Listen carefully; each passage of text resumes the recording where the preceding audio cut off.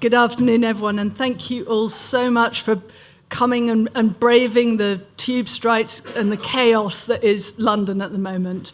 Welcome to Out of the Blue, which is the in-person equivalent of leafing through our annual review. So it'll be quite fast. You just kind of flick through a whole bunch of projects. But it should give you some insights into not only our projects, but our thought processes, and also some of our setbacks, as well as our achievements. Above all, it's an opportunity for you to meet the remarkable team who make it all happen. So this is our third annual Out of the Blue, and for some reason we always seem to hold it on Shakespeare's birthday, or death day at least, which gives me an excuse to litter my remarks with quotes. One that seems apt for this year is from Hamlet. Sorrows come not single spies, but in battalions. What Shakespeare actually meant was MPAs. MPAs come not single spies, but in battalions, because in the course of a single week in March, we had not one, not two, but three wonderful and uplifting marine protected area announcements, first in Brazil, then in Chile, and then in Jersey. And the team will be telling you about two of those shortly, plus much more besides. But there have been battalions of sorrows as well. We've had serious illness and accidents beset the team. We lost our colleague Juliet, who died shockingly young of cancer. And so, as you'll see from your service sheet, this Out of the Blue is dedicated to her. And then there's the news. Oh my God. We now turn it on with trepidation, wondering if an entire civilization has been eliminated. Yet, in the ocean space, in spite of the extremely unhelpful geopolitical background, we are seeing significant breakthroughs. The High Seas Treaty officially coming into force on the 17th of January, us passing 10% of the ocean protected. So we hope that the next couple of hours will be uplifting, with updates that will not just give you hope, but will show real positive progress being made. You'll hear stories of international cooperation, of visionary politicians, yes, there are some, of wonderful partnerships spanning continents. Above all, of the brave, resourceful colleagues with whom it's my great privilege to work. To misquote the bard, again, this time Henry V, what feats we did that day and every day. We few, we happy few, we band of brothers and sisters. And one from Troilus and Cressida, one touch of nature makes the whole world kin. Well, that's quite enough Shakespeare from me. Thank you so much again for coming. Your support and enthusiasm for our work give us the very oxygen we need to keep going. I'd now like to hand over to Jo, who will take you through our first section, Forging Ahead. Thank you.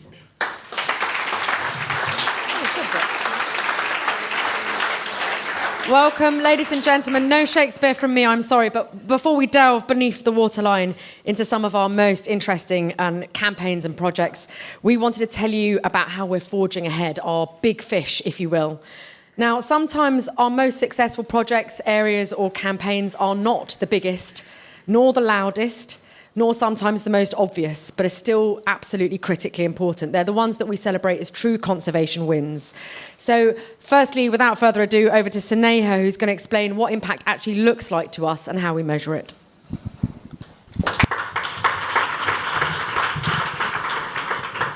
Thanks so much, Jo. Hi, everyone. I'm Sneha, and I just need to get a hand of how the clicker works first. I'd like to start by looking at our global presence. We currently work in across 30 countries and regions, where our efforts range from on-ground action to all across the world, to supporting our partners with science and technology advice, to policy engagement, economic support, media campaigns, and legal interventions. Speaking of partnerships, in the past year alone, we've had over 266 active partnerships. A bulk of this is formed by other NGOs in the conservation space as well as coalitions, where we work together to form a collective voice for the ocean. We work with the private sector to build an economic case for ocean protection and sensible fisheries policy, and we work with academia to build an evidence base for the same. We also work upon invite from governments across the globe. In the past year alone, 12 countries have sought our support to reach their 30 by 30 goals at sea. Yeah. Now, none of this work would be possible without meaningfully engaging with people on the ground. In the past year alone, we have directly supported over 13,000 stakeholders. Of course, this does not reflect the millions of eyes who have seen and engaged with our media campaigns. Now, all of this, with a team size of 67, a modest office space of less than 2,000 square feet. We have about 75 active projects, and over 85% of our expenditure is directly in support of conservation. We're a modest team with an outsized impact. All this to say that to date, Blue Marine has helped secure commitments to protect over 4.9 million square kilometers of sea. To give you some context, this is an area greater than the entire EU, and that was even before the British left. Now, 2026 is a very important year for us, and mind you, we're still in the first quarter of the year. Because this is the year that across the world, 10% of the oceans is now officially protected. Now, this is not a small number. We are a blue planet, after all. 10% of the ocean is over 35 million square kilometers of sea, which is comparable to the land mass of North America and Europe combined. We realize there's still a huge amount of work left to do, and we know that we're operating under a looming deadline of 30 by 30, and we're up for the challenge. Thank you.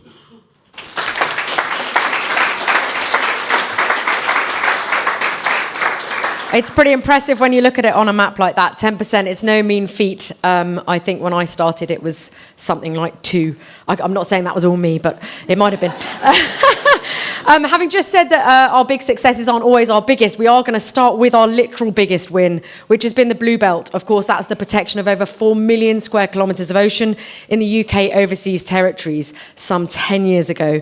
So it's now over to Claire, Jude, Jasmine and Adrian to explain why it's still important to this day and what we're still doing there to ensure its legacy.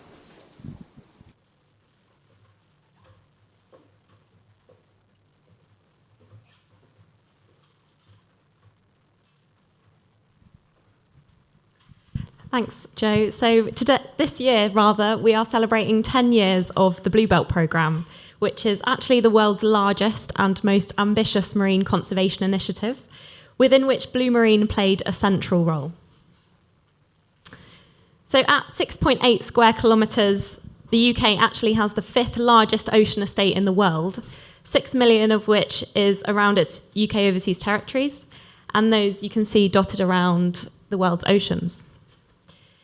This was a big prize, and one actually which Blue Marine pursued since its formation in 2010. The UK government launched the Blue Belt programme in 2016, and since its launch, the programme has actually expanded to protect 4.4 million square kilometres of ocean across 10 UK overseas territories, spanning the Pacific, Indian, Atlantic, Southern, and Caribbean seas. To put that into perspective, that's an area 18 times the size of the UK, delivering some of the most effectively protected marine areas in the world. However, they did not achieve this alone. Blue Marine, together with 5 other NGOs, formed the Great Blue Ocean Coalition.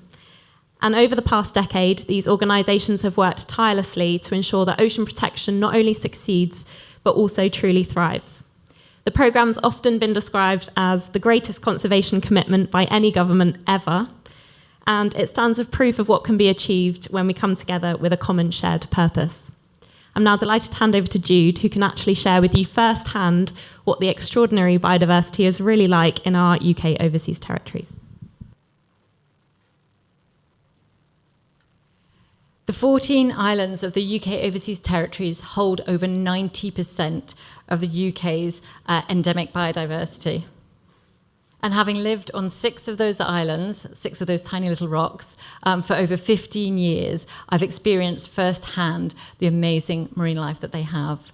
From grouper and tuna in the Caribbean, to icefish and toothfish in the polar seas, amazing penguin colonies, albatross, kelp forests, coral reefs, and the largest turtle population in the Atlantic.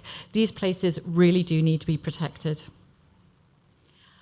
However, working for governments, which is what I did when I was there, you get to see some of the issues, and that's money. Like, how do we fund, protection? This is a Taiwanese longliner that I boarded, and you can see the shark fins on board. But it isn't just shark fins that were being caught as bycatch. It's turtles, marlin, swordfish, and it's just devastating to see this impact on the waters.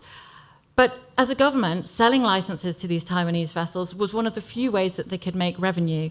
So how do you generate funding to create protected areas and ensure that they are actually effective when they're implemented and not just look good on paper? Enter stage left, Blue Marine. Thanks, Jude. I seem to remember when I first met you on Ascension, I brought you kiwi fruits in my suitcase because you were desperate for fresh fruit. As you say, the challenge for Ascension and a lot of the overseas territories was to make up the amount that they were selling each year from the sale of fishing licenses. In the case of Ascension, it was about £80,000 a year. So we realised that the best solution for a very isolated island that couldn't resort to, say, ecotourism was for us to raise an endowment fund that would in turn deliver an equivalent return to £80,000 in perpetuity. So we calculated we needed about £2 million. During one of the most exciting breakfasts of my life, a long-term supporter of Blue Marine called Peter Lerson told George and me that he was going to give £2 million to set up this endowment fund.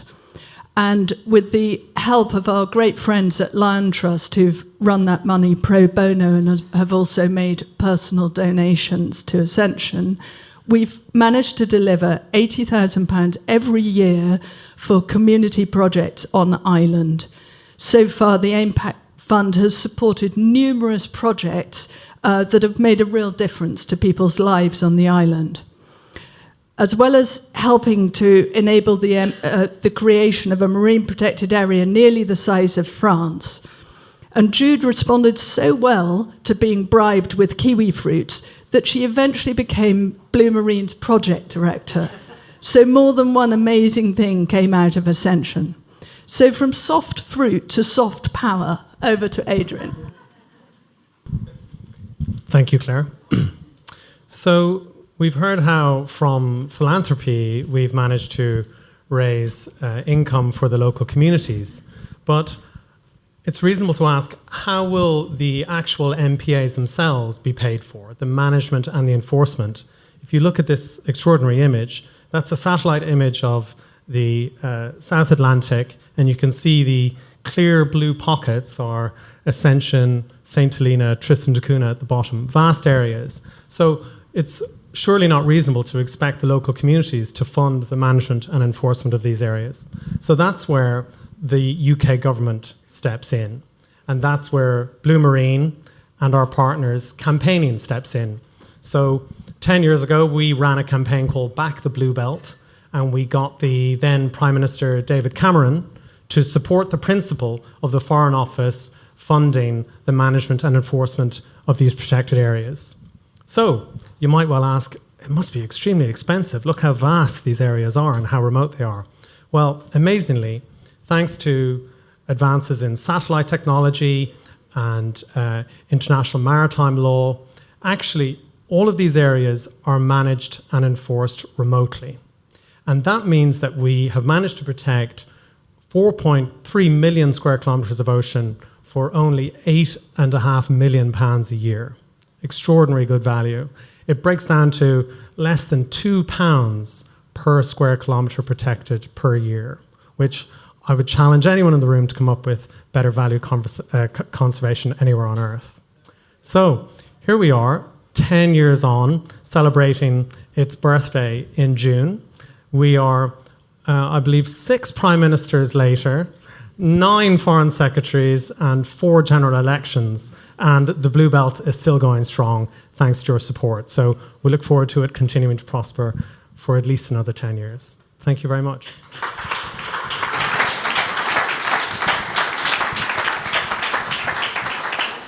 It really is amazing. I don't know if it's a coincidence that that's the 10 years I've been at Blue as well. Anyway, we've heard about the protection of millions of square kilometres, but what about the little guys? What about these smaller areas? The strategic successes for reasons of community engagement and their truly catalytic nature. So please welcome to the stage my dear colleague Angela, who's going to tell you about how we're making inroads into Greece. Thank you, Joe. Hello. This is the story of how a handful of fishers on the island of Amorgos turned the local vision to protect their sea into national action. This is a story of sacrifice, perseverance, and people coming together to create change. More than 40 years ago, a young German tourist called Michalis arrived on Amorgos for a holiday, but he never left. He fell in love with the island, became a fisher, and built a life with his family. For decades, the sea supported him, but slowly something changed. The fish became harder to find, and plastic began appearing on his nets. By 2012, Michalis and other fishers realized that their livelihoods and island were at risk. They created a plan to protect their sea, pause fishing in April and May for fish reproduction, remove plastic from their coastline, and establish 3 no-take zones. They presented their plan to the Ministry of Fisheries in Athens, but disaster. It was rejected due to doubts about their credibility and evidence. Yet, this moment exposed a critical gap between local knowledge and national decision-making, a niche that Blue Marine would later be able to fill. Of course, the problem didn't disappear. Fish stocks continued to decline, and plastic kept accumulating. By 2019, the fishers realized they could not wait for permission to protect their waters. So they took matters into their own hands. They launched a crowdfunding campaign and called their initiative Amorgorama, their vision for the future of Amorgos, and began organizing cleanups around their island. Soon, support began to grow. The Kyklades Preservation Fund and later Blue Marine Foundation joined the fishers, forming a strong coalition later joined by the Agricultural University of Athens, local and national authorities. Blue Marine Foundation brought international experience in marine protection, strategic guidance, and support for the scientific research and policy engagement that was needed to turn the fishers' vision into a viable national proposal with strong buy-in and scientific backing. With the Our Oceans Conference taking place in Athens in 2024, the team saw a key opportunity to build momentum through events and media engagement. Greece made a historic commitment to marine conservation, expanding marine protected areas from 20 to 35% and planning to ban bottom trawling in all MPAs by 2030, the first pledge of its kind in Europe. Amorgos provided the perfect opportunity for the government to put this vision into action, with the minister publicly promising to protect the island.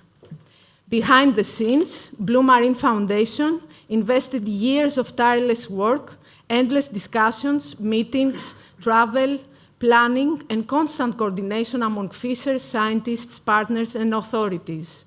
This hard work has paid off in August 2025, with the government of Greece officially creating 4 fisheries restricted areas in Amorgos, the first ever community-led areas in Greece. And the Greek Prime Minister visited the island recently, and during a discussion moderated by Blue Marine Foundation, he highlighted that this initiative constitutes an example to follow for other local communities, calling for another 10 initiatives like this. Amorgorama, therefore, offers a model for all of Greece and the Mediterranean. It is an example of co-management where decisions are shared and respected, an example of community action where local hands clean their coastline, and a model of policy impact where grassroots initiatives shape national legislation. But it is not only about conservation, it is about empowerment. It demonstrates that when fishers are trusted as stewards of the sea, they lead by example. It shows that the protection of our oceans is possible when communities, civil society, scientists, and politicians work together. Thank you.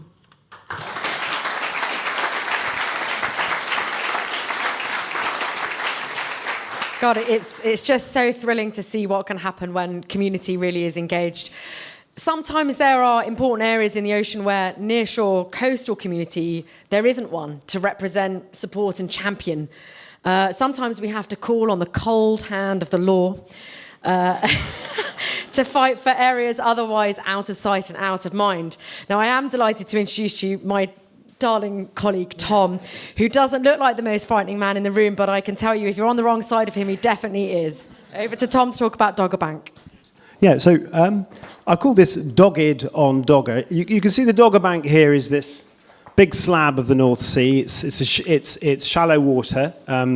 It used to be, until 6,000 years ago, it's a range of low hills, but it's the environmental heart of the North Sea. And it's been dredged, trawled, battered since the Middle Ages. Unfortunately, the Victorians had a big conference about this. They decided that nothing could be done because it was too difficult, because it was outside of anybody's jurisdiction. Fast forward 130 years to the early 2000s, and the British, the Dutch, and the Germans designated it as a marine protected area. But then it got stuck in a bog of science and regulation. And so that's where we stopped. And then what I'm not going to tell you about is how we successfully stopped the British, closed it for the British, from a bizarre Brexit bonus. I'm not going to tell you about the legal research that we did to enable that to happen, and I'm not going to tell you about how we stopped a bizarre experimental Dutch electric fishing thing happened there, because that's all old news. What I am going to tell you about is the story that starts in 2024, which was as a result of this closure by the British after Brexit did a further closure of sand eels, the sand eel fishery in the whole of the North Sea from the UK's part. And this was kind of seen as a step too far by the Europeans, particularly the Danes and the French, who who made a lot of noises under the Trade and Cooperation Agreement about we were going to go into a dispute. Now, we tried diplomacy. We went round all the embassies of London and Paris, London and Brussels, and we tried. Charles Clover appeared on the news and called President Macron an ocean-going fraud.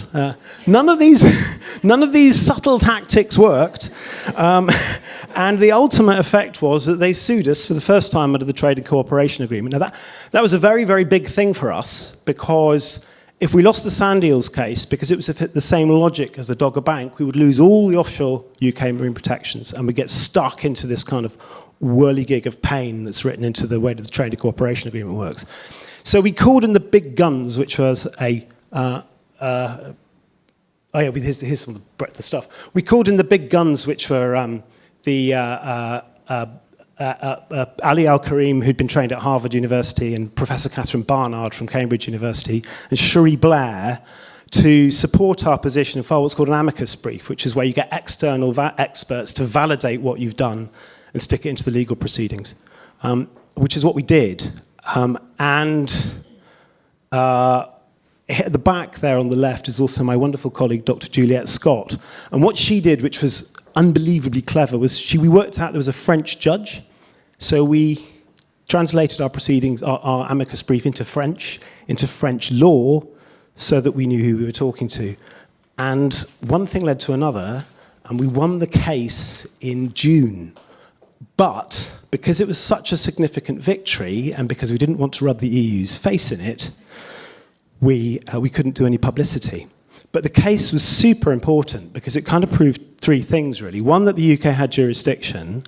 Two, that domestic environmental law trumps international fisheries agreements. And three, that the UK government could do this without being trapped in the trade and cooperation agreement. So it was a very big win, and one that actually works internationally because of the forum of it. And that was the first thing. And the second thing, so that's a wonderful piece of precedent over the last year. And the second thing was in March of this year, we appeared in the Dutch court to protect the Dutch bit of the Dogger Bank, which is about 3,000 square miles, so 3,000 square kilometers, from Dutch fishing pressure.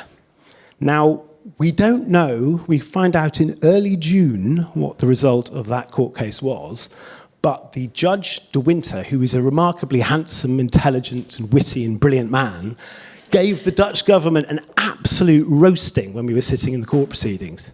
So we're quietly hopeful. That doesn't mean we're quietly confident. We will come back to you to say what's happened. But that too has the potential for establishing enormous precedent. So let's wait till June. Thanks so much, Tom.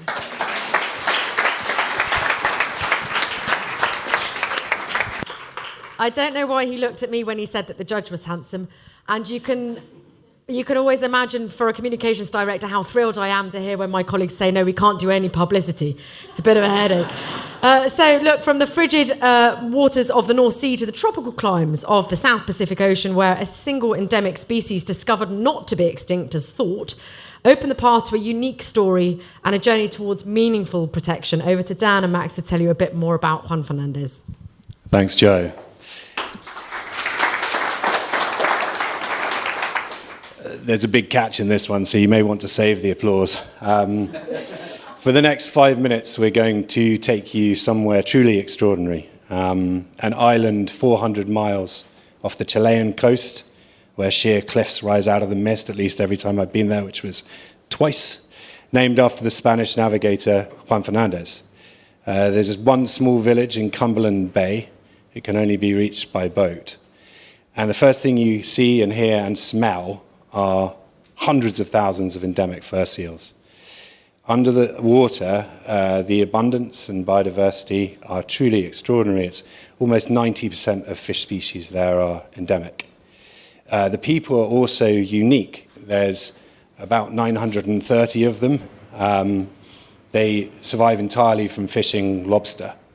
And they've been managing their lobster fishery sustainably for 150 years. Which must be some kind of record. And really, they're the heroes of this story. We've been working with that community to unlock the third largest no-take marine protected area in the world. But as I said at the start, there is a catch. So to tell you more about it, I'd like to introduce our own extraordinary specimen, Max Bello.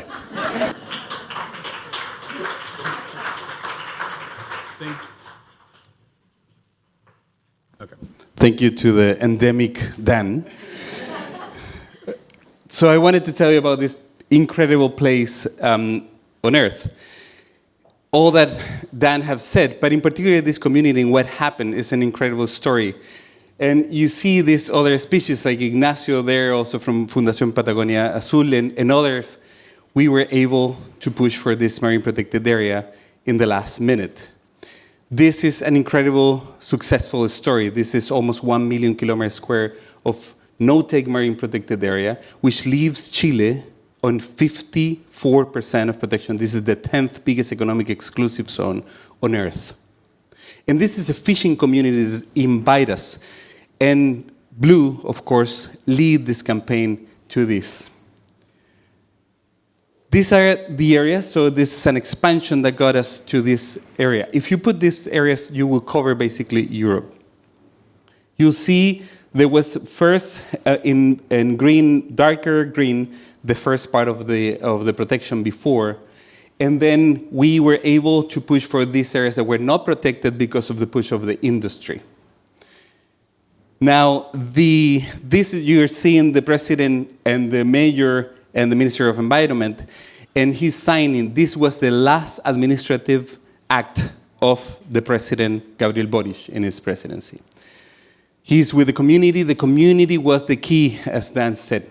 The community was the one who really had been for more than 100 years investing in conservation. But the catch, what is the catch? The catch is very simple. We have a new government. It's a Trumpist government, of course. We're getting, infected around the world. And the thing is, rightfully, the government had paused the decree. So we are waiting, supposedly, to be prioritized in the next few weeks. It should be reposted and continue the process. But by now, we're in a pause. So we're celebrating quietly, but we're hoping that in a few more days, we will fully celebrate this incredible achievement. And I want to thank everyone in this room, everyone at Blue. It's been a privilege, an incredible experience to work with all the Blue team. Thank you so much. And I'm going to leave you with this beautiful video that we did just to celebrate, and we should celebrate. One project where determination and persistence have been the key to unlocking unbelievable protection, to another. Now back home, over the channel to Jersey, where the community connection to the ocean is stronger than ever, and it's given the government the courage to be bolder and braver than ever before. Here's wonderful Freddie to explain a bit more. I'm going to move straight on to and tell my story. So on the 12th of March this year, I tuned into a live broadcast of Jersey State's Assembly, which is essentially the island's version of Parliament. And there they were again, 49 politicians debating MPAs for the fourth time in 3 years. Except this time, this was the one that really, really mattered. This debate was about marine protected area legislation. About 40 minutes later, a unanimous decision was made. The MPAs were passed. So after roughly 8 years of campaigning, I'm pleased to say that Jersey has now formally passed legislation to protect 23.6% of the island's waters from trawling and dredging. So what...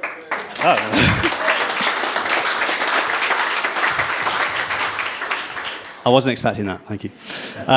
So what does 23.6% actually look like? So the network comes in 2 stages. Stage 1 is the big one, that's 21.7% of our waters, and that comes into effect this September, on the 1st of September. So on the map, that's the blue lines, and so the blue lines mean no bottom trawling or dredging. Stage 2 is the final piece, and this is the remaining 1.9%, and this comes into effect on the 1st of January 2030. And these are the hashed areas here. So if you combine the hashed areas and the blue bits, you get the full 23.6% network, and this is a proper chunk of Jersey seabed which gets a permanent break from heavy bottom-towed fishing gear. So why is this a big deal? Besides the very real blood, sweat, and tears that went into this campaign, well, it's because this gives Jersey a genuine shot at a healthier marine environment for the long haul.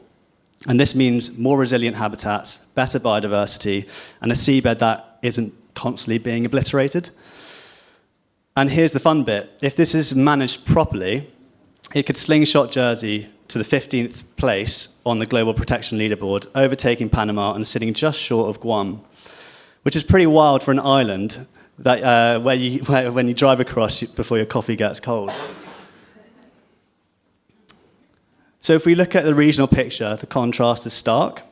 At the moment, about 11% of English waters are closed to bottom trawling.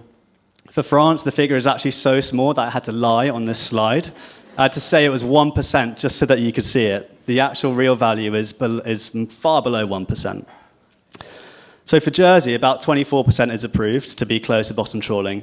And this little island is genuinely leading by example in the Northeast Atlantic. And speaking of the region, the last few years have been lively, let's say. There was a moment where it felt like every time we made progress, someone across the water discovered a brand new way to be furious. So post-Brexit, we had French boats blockading our harbours, and at one point, even an elected member of the state even threatened to cut off our energy supply. And then we also got quotes like this on the bottom left from the president of the Regional Fishing Committee, which translate to, "So, ladies and gentlemen, Members of Parliament, senators, MEPs, former fisheries ministers, take responsibility, be outraged, stop supporting this ultra-liberalism that will wipe out our coastal economy, rise up against Jersey, a mini-state and maxi tax haven, which wants to eliminate our activity in the Western Channel. So now this is actually an impressive amount of passion for someone else's seabed. But I think the fact that Jersey still passed this strong protection while under siege is a real testament to the quality of the science, the strength of the campaign, and the determination of the people. So this is a huge win for us at Blue Marine Foundation and something we're incredibly proud of. And for anyone who doesn't know me, Jersey is home, so this one is actually really personal. So it's a win for my family and friends, for the people who make a living from the sea, for the kids growing up there who deserve a coastline that's alive. It's a win, and yes, it's also a win for the scallops and for the merle, the weird, wonderful, extraordinary pink merle. And this is the kind of protection you can point to in 5, 10, 20 years and say, we did that. And just to be really clear, this didn't happen just because of any one person. This was a proper team effort. At Blue Marine, people from across the organization got stuck in. It's one of those projects that shows what's possible when everyone comes together. Our local partners like the National Trust, the Government of Jersey, the Societe and Jersey Marine Conservation also supported us on this journey. And finally, thanks to the inherent competitiveness between the Channel Islands, we are now having the fun task of pinning them against each other and creating a race to 30%. So that's it from me. Over to you, Joe. Thank you.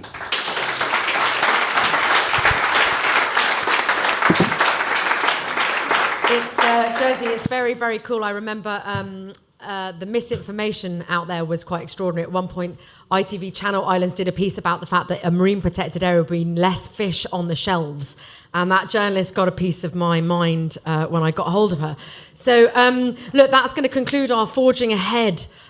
We've got no fewer than 75 projects now in 29 countries, all making crucial contributions and inroads into protection, better management, and improved resilience of our ocean. I urge you not just to stay here to watch our presentation today, but to do mingle and talk to all of my amazing colleagues who make all of this happen. So I would have said thank you, Joe, which I think I feel I can still say. There's a quote by the legendary oceanographer Jacques Cousteau, which I think speaks perfectly to the need for partnership and global collaboration. The sea, the great unifier, is man's only hope. Now more than ever, this old phrase has literal meaning. We're all in the same boat. Blue Marine has worked strategically, opportunistically, creatively, to find the right partners, over 260 of them, to deliver our work worldwide. Now, there's been a little change to the order on your program. Convex is coming first. This is our largest partnership, and that's between Convex Insurance, Exeter University, and Blue Marine in the shape of the Convex Seascape Survey. Now, over to Jade and Gail to tell you what that 5-year partnership entails. So we know that the ocean is central to the Earth's carbon cycle. It absorbs 30% of all carbon dioxide emissions, which means it helps to slow the pace of our sadly rapidly warming planet. But blue carbon research has tended to focus on the 3 recognised habitats of salt marsh, seagrass, and mangroves. And whilst these coastal wetlands absolutely do boast the highest rates of sequestration per unit area, as you can see, they're distributed in quite a narrow band in the coastal, shallow, sunlit waters. We think there's something vital missing from this map. So the muddy marine sediments are the most widespread habitat on Earth. They store a whopping 2,200 petagrams of carbon in the top 1 metre of the seafloor, which is twice the amount found in terrestrial soils. The coastal wetlands that we saw on the previous slide, they total 25 petagrams of carbon. And whilst both of these sinks are really, really important, most of the policy and research attention has been given to those coastal wetlands. So we want to see a change. We want to see the marine sediments recognised for the full potential that they have. And our project is looking at answering the biggest and most pressing questions around where the deposits are, how they form, what kind of human activities could be impacting them negatively, and how marine life plays a role in shaping the health and functioning of our seabed. So we have 3 main partners on the project: Blue Marine, Convex, and the University of Exeter. Now together, we bring expertise and resources from the NGO, private sector, and academic worlds. But studying a global habitat at this scale requires true partnership working, and our consortium brings together more than 16 different institutions from around the world to rise to this challenge. We're also collaborating across many different fields of study, and this helps us to cross-pollinate across disciplines, which is so important. So from ecology to earth system modelling and scientific diving to underwater robotics, our team of more than 60+ scientists are using a huge variety of methods to uncover these discoveries. And over the next few slides, Jade's going to touch on some of those partnerships. Thank you. First up, we have Dr. Sophie Ward. She's an expert modeller from Bangor University.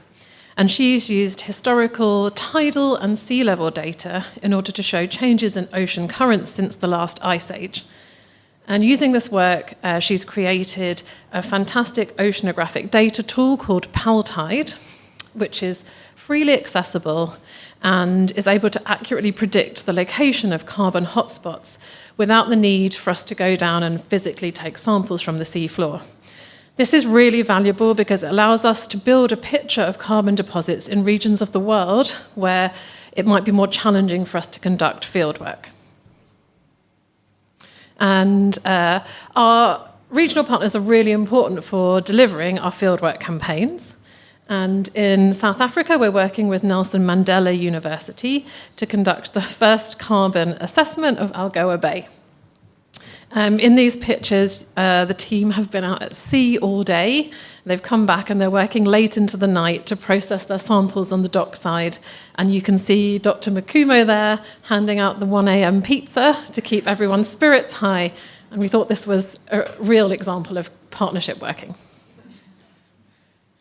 We're also committed to making sure that the outputs from our project are relevant to our local partners and the communities they're in. We hope that our data will drive global policy change, but we also want it to unlock on-the-ground conservation. And one example of this is the data we collected on fieldwork with the University of Western Australia. That data is feeding into a consultation for a new marine protected area in the Exmouth Gulf and is informing the zoning approach. And finally, we just wanted to show you our colleagues from King Abdullah University of Science and Technology in Saudi Arabia.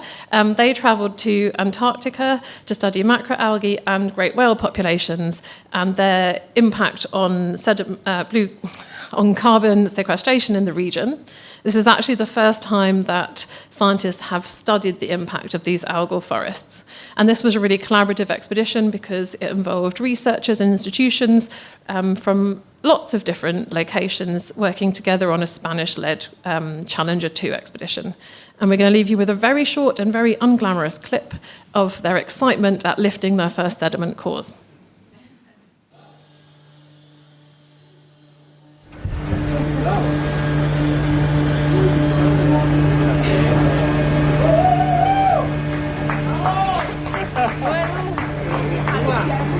Mucha gente ociosa por aquí, veo yo, ¿eh?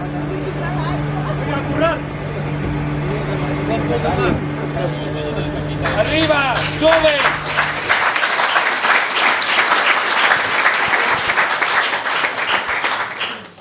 Thank you, Gail and Jade. It had a similar shape to Apollo 2, I felt, from the deepest depths from way above. Every partner helps us reach further and increase our impact. And there's nowhere further than the high seas. You're going to hear from Jude on how leveraging these partnerships is crucial if we're to protect waters beyond national waters. As Claire said in her opening remarks, achieving 30 by 30 simply isn't possible without the high seas. And you've just heard from Jade and Gail why those habitats out there are really important for us. These vast waters make up almost 60% of the ocean and nearly half of the planet's surface, and yet they remain beyond the borders of a single nation. Partnerships have always mattered in ocean conservation, but in today's world, they are absolutely essential. At a time of increasing global conflict, geopolitical tension, and competing priorities, the ocean remains one of the few spaces where countries are still choosing to come together, not drift apart. The adoption and entry into force of the High Seas Treaty under the United Nations framework, the Biodiversity Beyond National Jurisdiction Agreement, or BBNJ, is a powerful reminder of that. After 20 years of negotiations, as Claire mentioned, it formally came into effect in January this year, and it has now been ratified by 88 countries, including not only major global players, but also nations we rarely hear from on the world stage. Countries like Fiji, Solomon Islands, and St. Vincent and the Grenadines, all stepping forward to shape the future of our shared ocean. That diversity of commitment is extraordinary, and it shows what is possible when we unite around a common purpose. But treaties alone don't protect the ocean, people do. The BBNJ agreement will only be meaningful if countries take the next step, proposing and delivering real protection on the high seas. That is where partnerships become critical. At Blue Marine, we've been working closely with the Namibia Nature Foundation since 2020 on their inshore marine protected areas, and we are now building on this partnership to advance protection on the Walvis Ridge, an ecologically significant feature in the South Atlantic and a strong candidate for one of the first high seas marine protected areas. Our role has been to help convene partners, provide technical and policy support, and build international momentum, while the Namibia Nature Foundation brings deep local knowledge, trusted government relationships, and on-the-ground coordination. Alongside this technical and policy work, we've also built deep friendships with the Namibia Nature Foundation staff. One of my favourite moments was going round to theirs for dinner and seeing their kids act out a marine play for me. Relationships grounded are in trust, shared ambition, and a long-term commitment to the ocean. It is this combination, international reach and local leadership, that makes progress possible. And this work doesn't happen in isolation. We are part of a much wider coalition, working alongside organisations like the High Seas Alliance, the International Union for Conservation of Nature, and a network of national NGOs and research institutions across Namibia and the wider Benguela region. The Namibian government itself has been clear. There is a capacity challenge, and the only way forward is through collaboration. What we've seen in response is genuinely inspiring. NGOs coming together rather than competing, scientists working hand in hand with policymakers, and regional governments aligning around shared goals. At a time when division often dominates headlines, the high seas are telling a different story, one of cooperation at scale. We are witnessing an unprecedented level of partnership across sectors and borders, all focused on a shared vision, protecting our ocean for future generations. And this is just the beginning. From advancing the Walvis Ridge proposal to launching new scientific research expeditions, including potential collaborative cruises with coastal state partners to deepen our understanding of these remote ecosystems. If we are to succeed, we must continue to invest in these partnerships because no single country, organisation or sector can deliver high seas protection alone. But together, we can turn ambition into action and agreements into lasting impact. Thank you.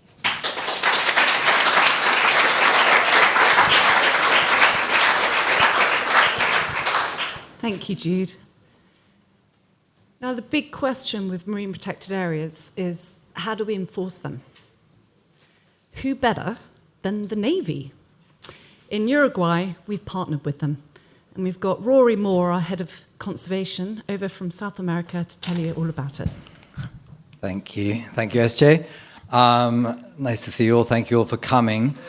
At a time when I slightly despair of the news I hear about the role and current behavior of some navies globally. This is a short story. Actually, this is quite a long story, but I'm going to make it very short. about how in Uruguay, a pretty modest navy is working hard fighting against illegal fishing in Uruguay's waters. And when I say illegal fishing, I mean illegal industrial fishing in Uruguay's waters, which is a big concern to the country. This all started around 3 years ago when I met with the captain of the Tactical Command Center for the Navy in Uruguay, and he was worried that the levels of illegal fishing were increasing in Uruguay's waters, mostly from Brazil in the north, and also distant fleets from Taiwan, which use Montevideo port in Uruguay as an offloading point and for picking up fuel. So we listened to his concerns, and we asked him if he was willing to collaborate with us, because we thought we could help him. We thought we could help his team spot these illegal fishing boats and make the arrest. And this is what he really wanted. He really needed that capacity. So we said, yes, let's work together. And we almost immediately, we hired an expert analysis who could look at the satellite data, which I'll show you in a second, that shows where fishing vessels are around the world.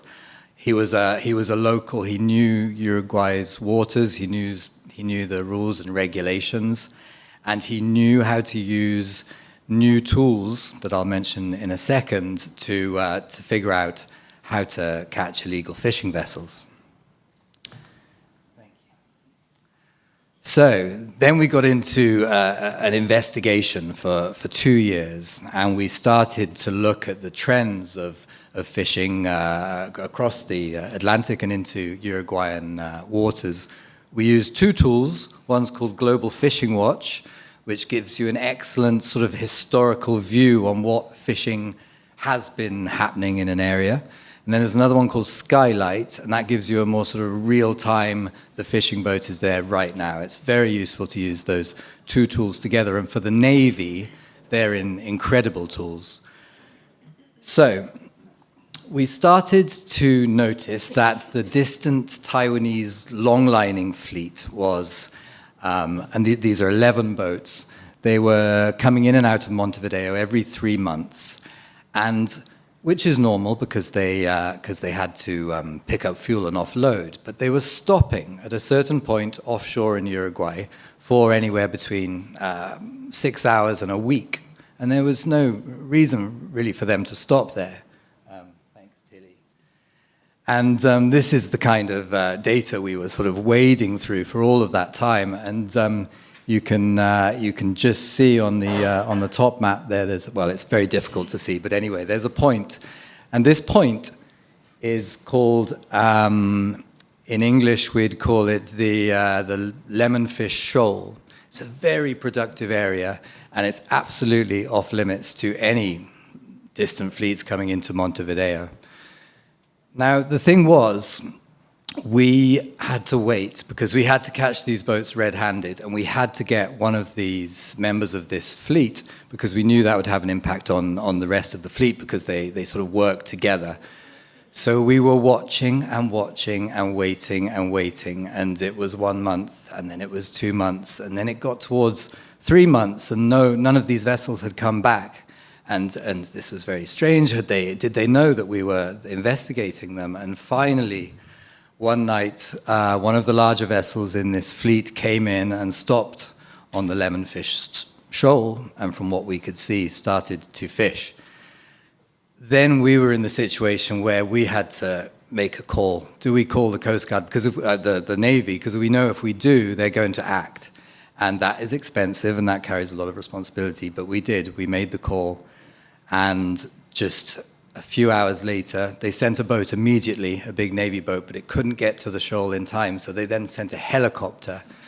And they were kind enough to share the footage with me of when they actually came in and got this boat, and we're going to play that just now, this video. It's very short.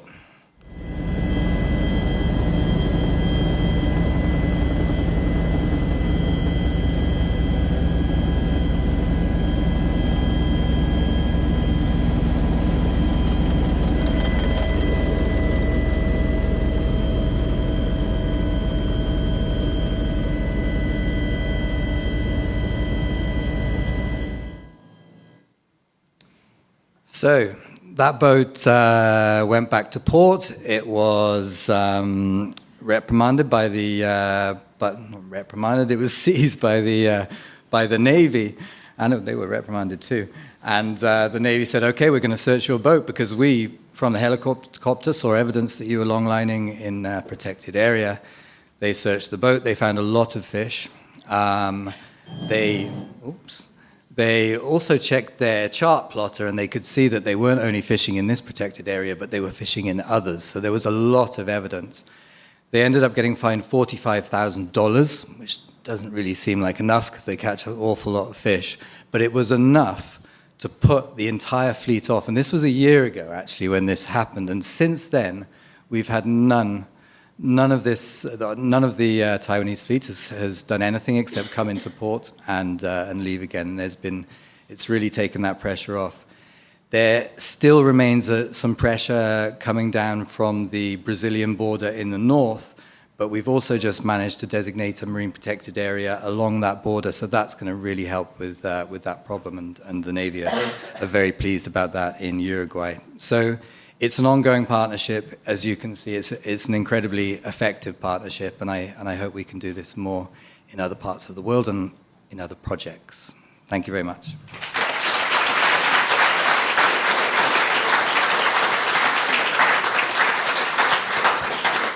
Thank you, Rory. I wonder with an increase in defence spend, we can get the Navy to help us here. Although the high seas make up 2/3 of the ocean and are fished by the biggest boats in the world, it's actually our coastal waters that harbour the most biodiverse ecosystems that need protecting. And Sam is going to tell us how Blue Marine is working with low-impact fishers to support marine protection. Thanks very much, SJ. I have to stand on tiptoes. There we go.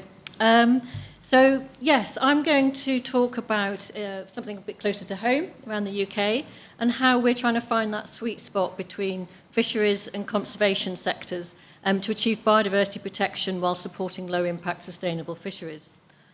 I'm going to talk about how our work with small-scale fishing has really grown from grassroots locally in Lyme Bay Marine Protected Area to now empowering the entire English small-scale fleet to influence national policy that we hope will safeguard the small-scale fishing communities that many of us really enjoy when we go to the coast, protect them from collapse, as well as achieving sustainable management of a shared resource.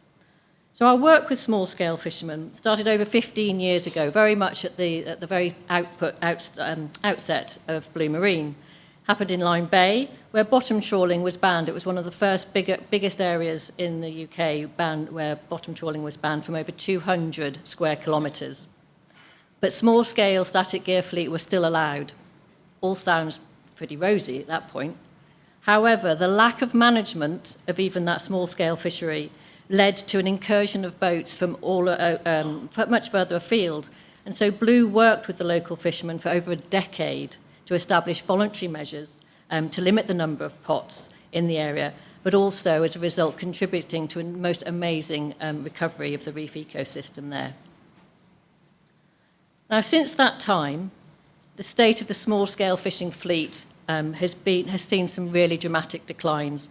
The loss of 22% of our under 10-metre fleet, compared to just 12% decline in the over 10-metre fleet. Now, a combination of factors have really caused that. And in summary, they were basically increasingly left behind and literally run over by the larger, more technically advanced vessels with higher capacity and the ability to go much further afield around the coast, chasing the ever-increasing and dwindling stocks. Now, one of the interesting things, how does this relate to protection? Well, several of the factors that are causing the decline in the small-scale fishing communities are very similar to the ones that are causing declines in our habitats, fish species, and also just marine biodiversity generally. So we've just seen that there are, as Jacques Cousteau said, we are in the same boat, and sadly it's sinking.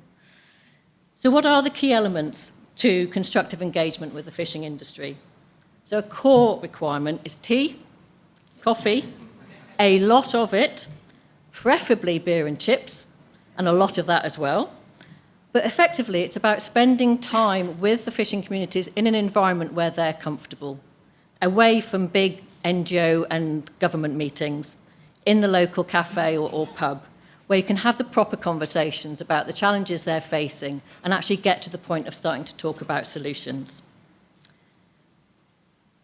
The next way that Blue Marine, quite uniquely amongst NGOs in the UK, has really worked well with the fishing sector is to establish credibility with them by working with them and getting on board. So instead of hiring charter vessels to do some of the research around the inshore zone, we were actually hiring fishing boats, paying the fishermen a day rate to help work with us and monitor some of the changes within marine protected areas, but also outside. The fishermen often know far more about the condition of the crab stocks, for example, around our coast, and they really appreciate being asked the questions and being part of some of the research that could inform policies that are going to affect them, but also, hopefully, help protect our environment. So ultimately, it's all about listening. And through that, building trust and achieving that collaboration. And over the past 2 years, we facilitated the Inshore Small-Scale Fishing Partnership and co-hosted a series of workshops in England, bringing together small-scale fishermen alongside regional and national government agencies to really develop that understanding of the specific challenges that face a small-scale fleet and also start working on the solutions. Now, the fishermen were actually really sceptical in the first workshops. They didn't say a word. A couple of them did, but most of them drank lots of cups of tea and beer and didn't say a huge amount. But increasingly, they found their voice. They felt that the conversations they were having were actually proving fruitful. And so by the third workshop that we ran, in fact, in February this year, we had over 60 fishermen attend, a national event with 120 people, including 60 representatives from government agencies and NGOs. And through that dialogue, we've actually identified 50 potential solutions that could support more equitable access for coastal small-scale fisheries. Now, while some of those solutions are not ones that Blue would necessarily back, such as culling seals, there are several that really align with our work to reduce fishing effort, especially fishing effort by the larger vessels offshore that are actually targeting crabs with up to 10,000 pots on board and nets that are scooping up not only their target fish but juvenile fish as well. And none of that dialogue, those cups of tea, would make a huge amount of difference if we couldn't use it to leverage policy and government in Westminster. And through the Lyme Bay project over the years, we've built up ways of engaging those ministers, inviting them to the quayside, nearly locking them up in a cheerless door, but ultimately allowing them to actually have those conversations that we've been having and really get to understand the threats to the fishing sector. And in April last year, then Fisheries Minister Daniel Zeichner gave the keynote at a parliamentary event hosted by Noah Law MP and partners from the Inshore Small Scale Fisheries Partnership. And we also had the Director of Fisheries Department in government. She came to the national workshop and actually really started finding out exactly what the solutions were. And we're now seeing those tangible results, and DEFRA are actively considering management of offshore crab fisheries. Last week, they confirmed £6 million ring-fenced funding for small-scale fishing fleet specifically. And the partnership's also been nominated for a Fishing News Award. So in summary, by building trust with the fishermen, we're able to actually stand alongside them rather than against them on the other side of the fence. And that has proven to be extremely compelling argument for government because they're not seeing us as two sides of the fence. They're seeing us as all wanting the same goal. And we're hoping that that will deliver the sustainable fisheries for sustainability for the fish, the habitats they depend on, and the coastal communities that depend on them.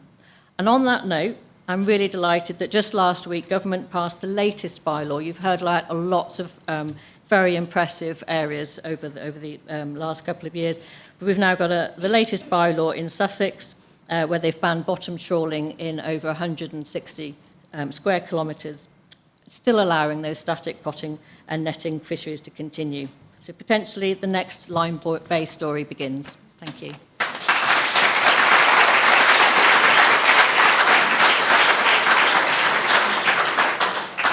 Thank you, Sam. Now, for those interested, we are seeking funding for a local brewery and a chip shop. So just putting it out there. Now, we're going to stay in the North Atlantic and we're going to move west from the cold local waters of a large island to the warm tropical waters of lots of smaller islands. Fiona is going to take you to the Caribbean, where we're working with lots of small island governments and local NGOs to protect the region. Thank you, SJ. That's absolutely right. So for over 8 years now, Blue Marine has been supporting marine conservation in the Caribbean. And today we work across 11 different islands, often invited by governments. We're helping them to deliver 30% protection in the region. So this says a lot about our reputation. Governments are coming to us because they've seen what works.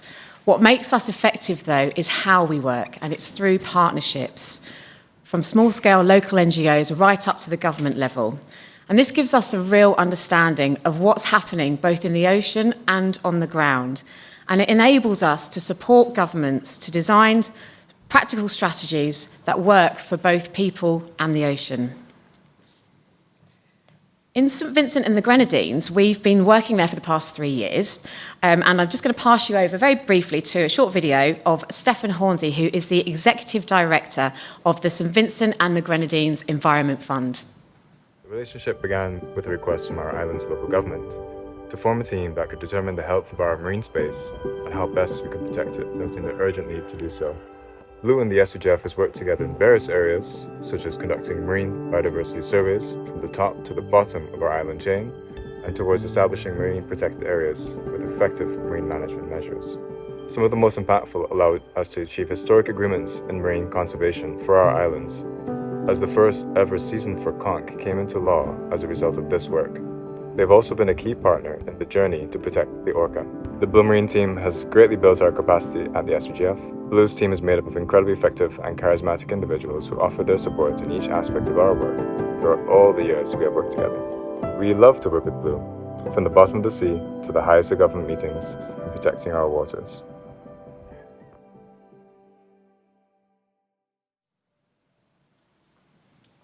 Thank you, Stefan.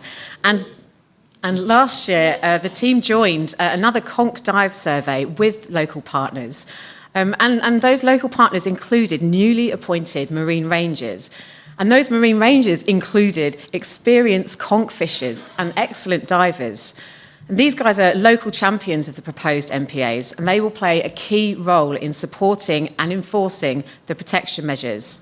So from collaborating with fishers to engaging with people who have driven major local change on the ground, this project really shows how closely conservation, livelihoods, and policy are linked in St Vincent and the Grenadines. We've also more recently built a strong relationship with the government there and are now supporting them with discussions on their 30 by 30 roadmap as well. Moving on to Barbados. It's the eastern neighbour to St Vincent and the Grenadines, and it is an island that is well on its way to achieving 30 by 30. Barbados was the recipient of a large debt for nature swap. This financing mechanism has set up an ambitious yet challenging project to protect 30% of Barbados's waters.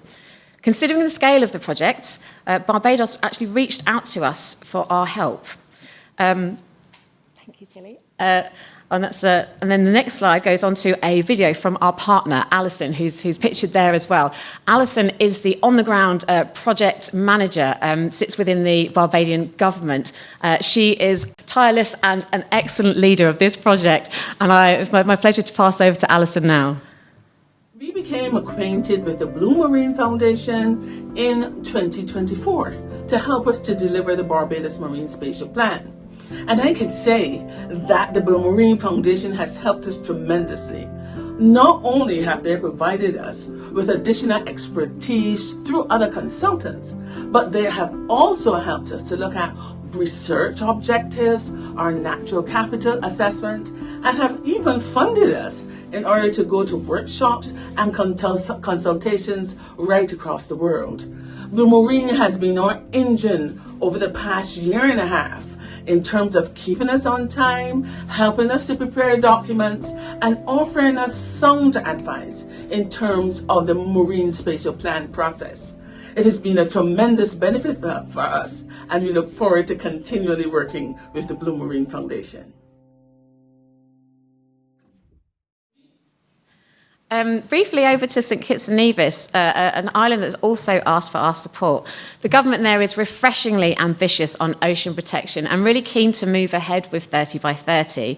The Minister of Fisheries and Small Business, who Claire and Jake in the team recently met, is also really interested in our idea of a regeneration generation, creating opportunities for young people on island and preventing further brain drain. And then last but not least, I must of course mention the islands of the Dutch Caribbean. This is a key part of our regional efforts. So four of us from Blue Marine recently went on a site visit trip to Aruba and Curacao. Whilst in Aruba, we discussed 30 by 30 with the Prime Minister, and we worked with the Aruba Conservation Foundation to facilitate 18 meetings with over 30 stakeholders in just 4 days.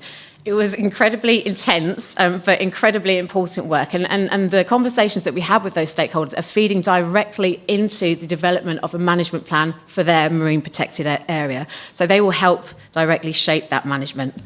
And finally, Curacao. We continue to work really closely with the government in Curacao towards the designation and implementation of a 9,000 square kilometre offshore marine protected area. And it's my pleasure to hand over to a final short video from our partner, Javier Diaz, in the government of Curacao. Thank you. The Ministry has been working with the Blue Marine Foundations since the end of 2022 and has increased collaboration after publishing our Nature Policy Plan for 2024 to 2030 with the 30 by 30 goals. Work with the staff is pleasant, and they are always ready to support with any challenges and has a pool of experts that can be consulted. Having an organization with the international experience and regional network has benefited us in receiving exposure and connections with regional parties working towards 30 by 30. This has been done through panels at conferences, as well as attending workshops abroad for capacity building. In addition to this, the Foundation has supported various local workshops. We are currently reaching the final steps in designating our offshore MPA by national decree, with the Foundation being a part of a working group for drafting a management plan. We look forward to our continued collaboration as we move forward on our ocean goals. Thank you. Back to you, SJ. Thanks.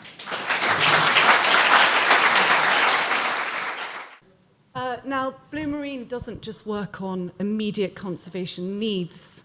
We also see the importance in sharing our knowledge and informing the future.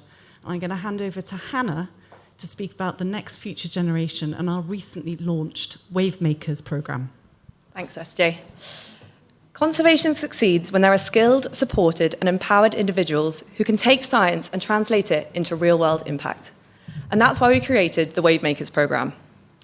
At the beginning of this month, I had the absolute pleasure of meeting our 10 wave makers during a 3-day launch in Edinburgh. They were selected for their incredible commitment to conservation and their leadership across key marine protected areas all over the world, from Raja Ampat to Greece, from Mexico to Rapa Nui. As the 3 days went on, what struck me was how rare it is for them to be given the opportunity to spend time with other ocean champions and discuss shared challenges and ideas to overcome them. These are the people driving change on the ground, often navigating complex political, financial, and personal challenges. The launch was a chance to come together in person for the very first time, and this was made possible by our brilliant partners, Rituals. Their support went far beyond funding. It created a space for these future leaders to pause, reflect, and connect with one another, time that is so rarely afforded in conservation, but so deeply needed. And that is the heart of Wave Makers. It is a community built around peer support, mentoring, and direct connection to the Blue Marine team. The aim is simple: to ensure these marine protected area projects succeed because the people behind them have the tools, confidence, and support to deliver on ambition and to grow as leaders. Because science can show us what needs to change, but people are the ones who make that change happen. And having spent time with these 10 people, which really was one of the best weeks of my 5 years at Blue Marine and ended in a very emotional farewell, I can say with real confidence, the best way to understand the work we do and why we do it is to hear it directly from the wave makers themselves. The ocean is the one who's connecting everyone in the world. Once I took that first breath underwater, my mind was completely blown. I had never seen anything like that ever, especially in St. Vincent and the Grenadines. It was like looking at a wallpaper that I would see online, but it was actually in my home.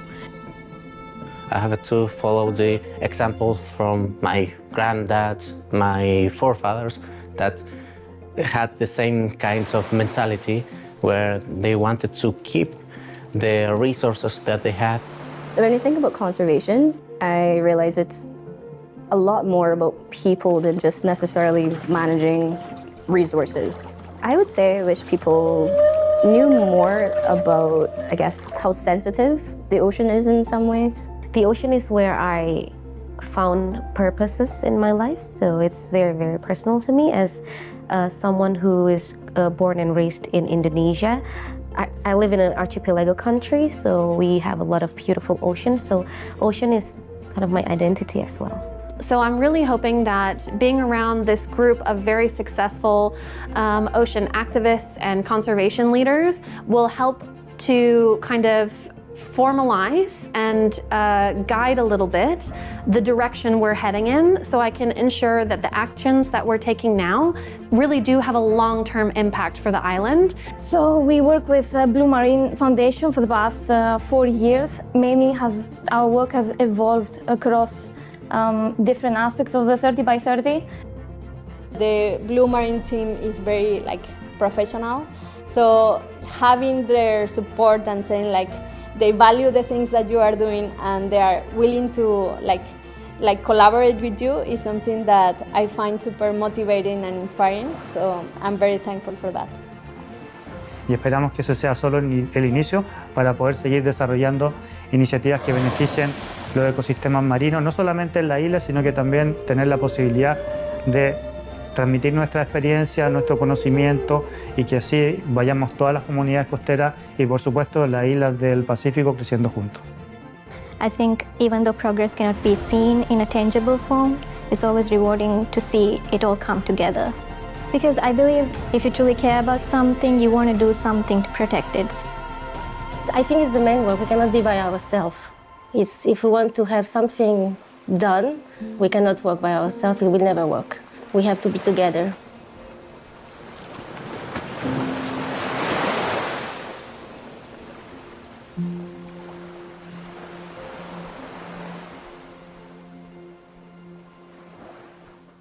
We tend to move at a very fast pace, as you can probably tell, so we're kind of all running along the path as fast as we can. And there's a lot of scientists on the team. So when we see a setback, we identify it, we do a kind of scientific analysis of it, and then we work out how we can take evasive action. And that evasive action takes the form of all sorts of different creative kind of ways of leaping over these snakes. So this next section, Jumping Over Snakes, is about some of our greatest challenges and how we've gone about leaping over them. And first up, we have, if such a creature exists, a Russian, Chinese, and Norwegian snake to contend with in the form of Antarctica. Over to Dan and Sarah to tell the story. In Ocean with David Attenborough, one of the most heart-stopping and jaw-dropping sequences was filmed off the icy coastline of the Antarctic Peninsula. I'm just going to say I'm going to really struggle to keep this to a minute because I want to talk about Antarctica all day at the moment. It's completely taken over my life.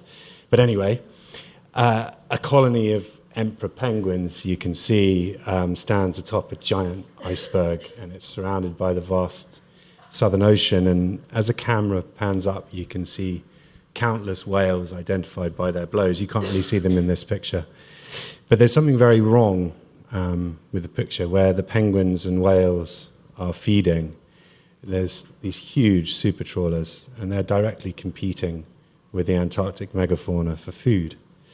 So this industry, the krill fishing industry, targets tiny crustaceans, and they grind up their bodies and use them in salmon farming and pet food.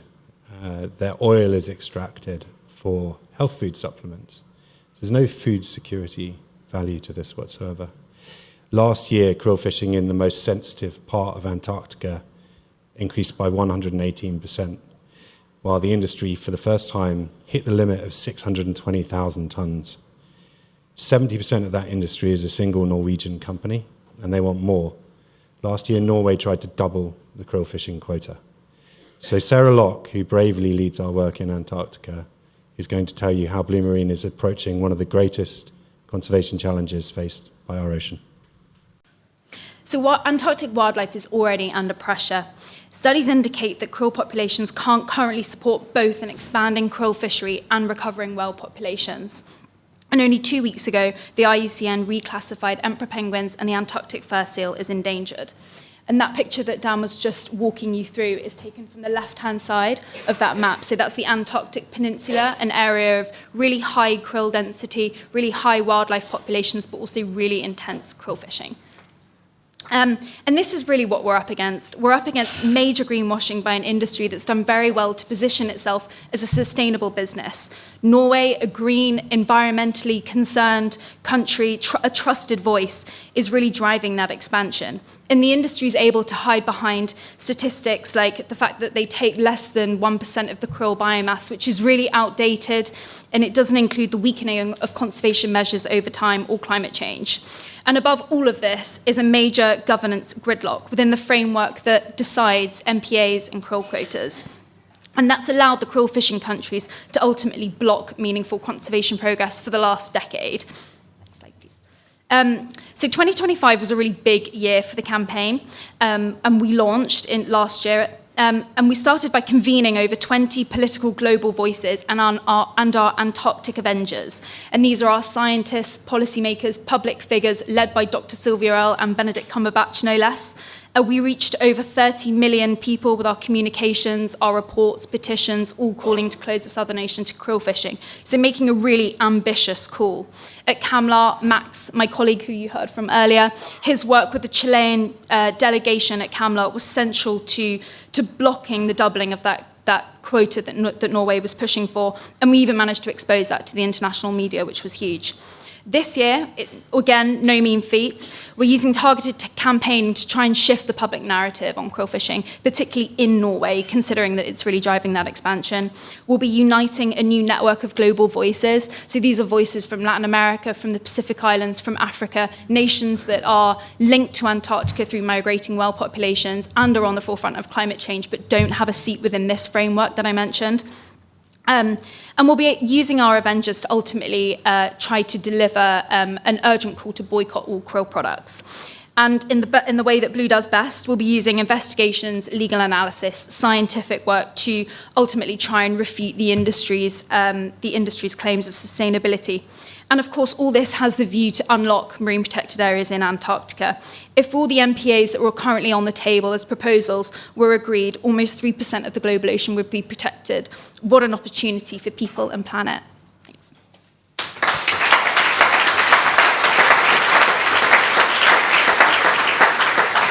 Thanks so much, Sarah and Dan. It's incredibly brave and inspiring what you're up to. And talking of bravery, my two colleagues, Jess and Priyal, are basically undertaking to take on the entire of the EU, which is a bit of a serpent in itself. And they might just have found the kind of weak point in its flank. So over to them. Thanks, Claire. Yes, what an intro. So one of the struggles that we face, not so much snakes on a daily basis, but it's the challenge of having to convince people that less so kind of China and Japan, but more the EU as one of the world's most destructive actors in the world of tuna fisheries. And this is particularly true in the Indian Ocean world of tuna fisheries. So the EU fleet is made up of dozens of massive industrial tuna vessels, like this one on screen now. It's a heavily subsidized fleet made up largely of Spanish and French-owned vessels, and it catches more than anyone else in the Indian Ocean, despite the fact that they really have no business being there, and despite the fact that there are so many developing coastal states in the region who rely on fishing and healthy marine environments for food security and livelihoods. So they catch this kind of lion's share of Indian Ocean tuna using a particularly harmful fishing gear called drifting fish aggregating devices, or FADs, as we call them. These FADs are released in their thousands by these industrial vessels, and they float freely around the world, aggregating fish and entangling turtles and sharks, as we can see on screen, as they go. And eventually, sadly, washing up on beaches and coral reefs, like we can see, when they get lost, which they very, very often do. Worse still, though, it's the predominantly juvenile tuna that aggregate below FADs for safety, ironically, which means that 97% of the yellowfin tuna caught by these vessels below FADs in the Indian Ocean are juveniles that haven't had a chance to reproduce. Just as a side note, all of these vessels in the Indian Ocean are also MSC certified, and I never pass up an opportunity to point that out. The diagram here shows the trajectory of just a tiny subset of the EU's kind of FAD flotilla, showing how they drift at random through marine protected areas and, importantly, through other countries' waters as well, without permission, stealing fish, really, as they go. So in 2023, Kenya had decided it had had enough of this and hosted a special meeting of the Indian Ocean Tuna Commission in Mombasa to try and introduce stricter measures for FADs in the region. So as the meeting started, Kenya's Minister of Blue Economy stood up to welcome everybody, but instead of encouraging all the assembled delegates to adopt his country's FAD resolution, he actually announced that they would instead be withdrawing it, which shocked a lot of us in the room, but probably did not shock the EU delegation, as it was later reported that the EU had blackmailed Kenya at the highest level to withdraw their FADs resolution or to sacrifice the blue economy aid that the EU was giving them. Thankfully, there was already far too much support for the proposal from other coastal states who were there, and the measure was eventually adopted by a two-thirds majority on the last day of that meeting. That was a really significant win for tuna and for coastal states because it introduced a really important annual closure period during which no FAD fishing would be permitted.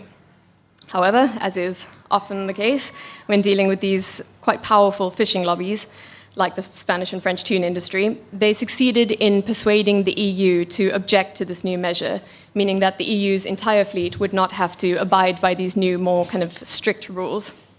But of course, we weren't going to take that lying down. Over to my colleague, Priya. Thank you, Jess. So at that point, we had a choice. Accept it and start campaigning all over again, or challenge it. I only advise litigation as a last resort, and here there was no other way. The case itself was simple. The EU presents itself as a leader in global ocean governance, yet when it comes to the management of distant waters, its position was inconsistent with its own environmental laws. But the real challenge was procedural. There was no legal step that could be taken in the Indian Ocean, so we had to bring it closer to the EU jurisdiction. And that came with its own challenges. Firstly, access to EU courts was very limited for NGOs in general. Secondly, Brexit left us with no legal standing to trigger the EU legal procedures. I found a narrow legal window, not obvious, but just enough to get us in. We then partnered with Bloom Association, a French NGO that had standing. Blue Marine brought its decade of experience in the Indian Ocean, which matters immensely in a case like this one, and together we went to battle. We stood against the European Commission. France and Spain also joined the case in support of the Commission. The photo you see here was us on the day of the hearing. We had no idea of the outcome at the time, but we were so happy because it was unprecedented. We had brought a case concerning distant waters into the EU courtroom. We were explaining to EU judges how tuna is caught in the Indian Ocean. It was a long shot, but we won. On the 23rd of July of last year, the General Court of the EU decided against the Commission, against France and Spain, in favor of the two NGOs. Now, thanks to this case and the determination of Blue Marine and Bloom Association, the doors of the EU courts are now slightly more ajar for NGOs. And it confirms that the EU can be held accountable for decisions taken far away. This case reminds us of something fundamental in our work in this field. Often, change does not happen through doors that are wide open. We have to push through them persistently, strategically, in the pursuit of justice. Thank you.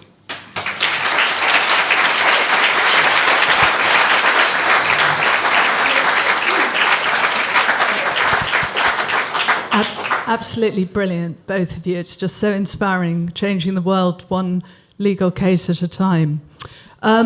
Closer to home, my colleague Louise here had a snake disguised as red tape lying across her path.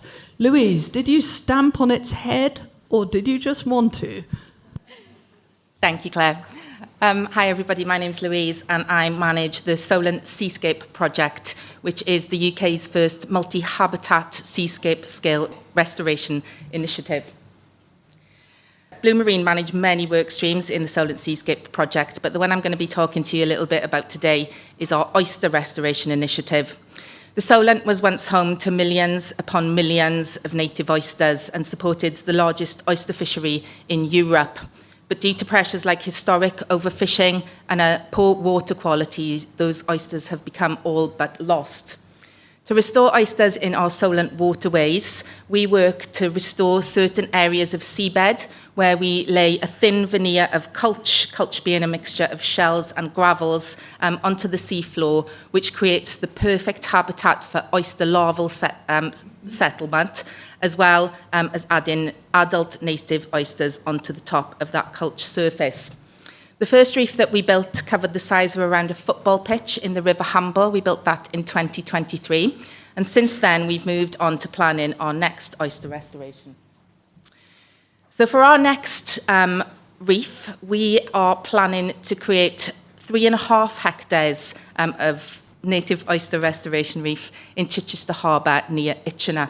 We'll be doing this, we hope, over 3 phases. And in the River Hamble work, we learned that the importance of early stakeholder engagement is essential to our work being a success. Here in Itchenor, there are many very active sailing clubs, and the sailors who operate in this area initially didn't really think the word reef was very commensurate with the integrity of the hulls of their yachts. So we needed to do quite a lot of explaining to show that that wasn't going to be a problem.